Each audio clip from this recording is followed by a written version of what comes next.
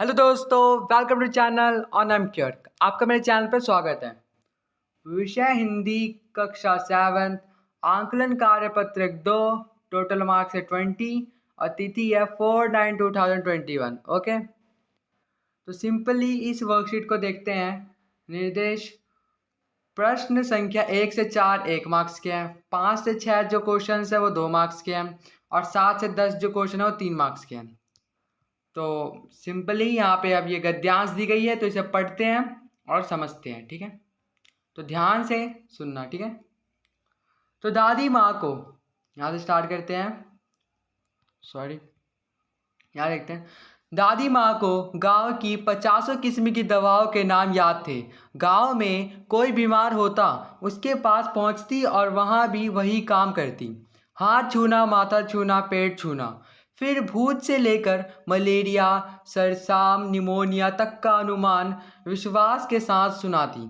महामारी के दिनों में रोज सवेरे उठकर स्थान के बाद लौंग और गुड़ मिश्रित जलधार, गुग्गल और धूप सफाई कोई उनसे सीख ले। दवा में देर होती, मिश्री या शहद खत्म हो जाता, चादर या गिलाफ नहीं बदले जाते तो वे क्या जैसे पागल हो जाती। बुखार तो मुझे अब भी आता है, नौकर पानी दे जाता है। मेज महाराज अपने मन से पकाकर खिचड़ी या साबू डॉक्टर साहब आकर नारी देख जाते हैं और कुनैन मिक्सचर के तीखेपन के डर से बुखार भाग भी जाता है। पर न जाने क्यों ऐसे बुखार को बुलाने का जी नहीं होता। तो आगे है, किशन के विवाह के दिनों की बात है। विवाह के 4-5 रोज पहले से ही औरतें रात रात भर गीत गाती है। विवाह की रात को अभिनय भी होता है।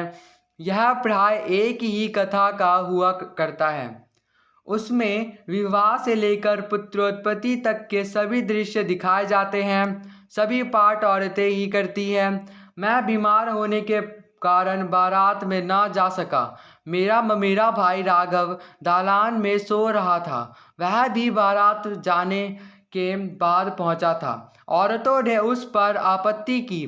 दादी माँ बिगड़ी, लड़के से क्या पर्दा, लड़के और ब्रह्मा का मन एक सा होता है। तो अब जो अभी हमने वर्कशीट पढ़ी है उससे रिलेटेड यहाँ पे कुछ प्रश्नों को देख लेते हैं। ठीक है, तो यहाँ पे पहला प्रश्न है, ज्वार शब्द का पर्यायवाची क्या होगा?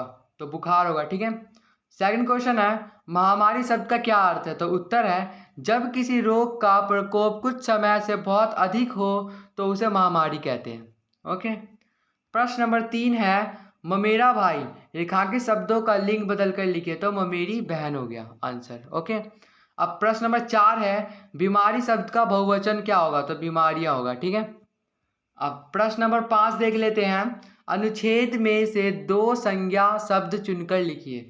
तो उत्तर हो जाएगा राघव और किशन।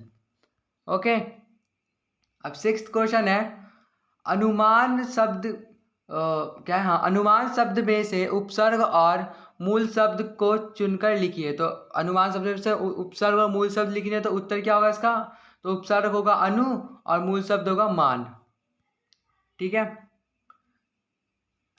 अब 7th क्वेश्चन क्या कह रहा है, गांव में किसी के बीमार पड़ने पर दादी माँ क्या करती थी? तो यहां से उत्तर देख लेते हैं।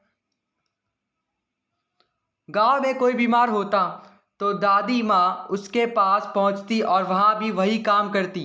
हाथ छूना, माथा छूना, पेट छूना। फिर भूत से लेकर मलेरिया, सरसाम, निमोनिया तक का अनुमान विश्वास के साथ सुनाती। प्रश्न नंबर 8 है, दादी माँ को किस बात पर सबसे अधिक गुस्सा आता था? तो उत्तर है, दादी माँ को तब गुस्सा आता था जब दवाई में देर हो जाती, मिश्री या गुड़ खत्म हो जाता, चादर के गिलाफ नहीं बदले जाते या उन्हें अपने आसपास सफाई नहीं दिखती। अब प्रश्न नंबर 9 है, गांव में विवाह के दिन और उससे पूर्व किस प्रकार के कार्यक्रम होते थे? तो उत्तर है, विवाह से पहले औरतें रात भर गीत गाती और विवाह के दिन अभिनय भी होता। उसमें विवाह से लेकर पुत्रोत्पत्ति तक के चित्र दिखाए जाते थे। ठीक है, अब सिंपली प्रश्न नंबर 10 भी देख लेते हैं। अब बीमार पड़ने पर लेखक के साथ क्या होता है?